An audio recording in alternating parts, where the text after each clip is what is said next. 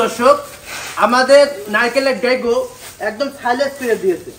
যা দেখছেন আমাদের কিন্তু একটা 9 ইঞ্চি 6 ইঞ্চি হয়নি, কিছু মেশিনে দেখবেন একটা 9 ইঞ্চি 6 ইঞ্চি হয়। আমাদের মেশিনে যত 1000 কেজি কাটবেন দেখবেন যে একই সাইজ পাবেন।